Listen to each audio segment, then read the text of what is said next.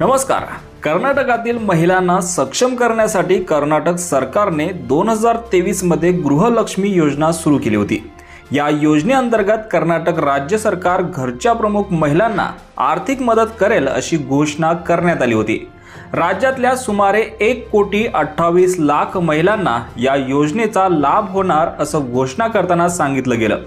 2,000 रुपये मासिक आर्थिक सहाय्य या योजनेद्वारे महिलांना मिळणार होती, पण प्रत्यक्षात ही योजना आता बंद पडली आहे।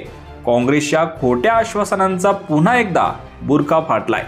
निवडणुकीपूर्वी सरकारने ही योजना सुरू केली खरी, पण आता निवडणूक संपली आणि महिलांच्या खात्यात योजनेचे पैसे येणं बंद झाले। गरज सरो आणि वैद्य मरो अशी स्थिती कर्नाटकात झाली आहे। कर्नाटकाचे उपमुख्यमंत्री DK शिवकुमार यांच्या सभेत महिलांनी गोंधळ घालत ही गोष्ट उघड केली आहे।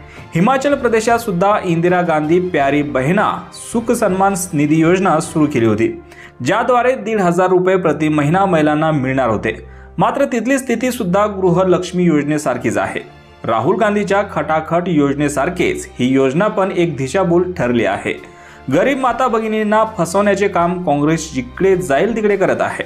पण दुटप्पीपणा तर बघा, इतर राज्यात काँग्रेसने ही योजना आणली, तीही त्यांना यशस्वीपणे राबवता आली नाही।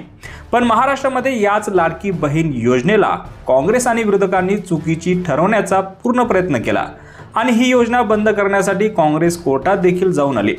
विधान भवनात सुद्धा या योजनेवरून चांगलाच गोंधळ केला, आरोप प्रत्यारोप केले, सरकारवर टीका केली, नावं ठेवली। मात्र दुसरीकडे काँग्रेसला आपल्याच राज्यातील योजनांचा मात्र विसर पडलाय।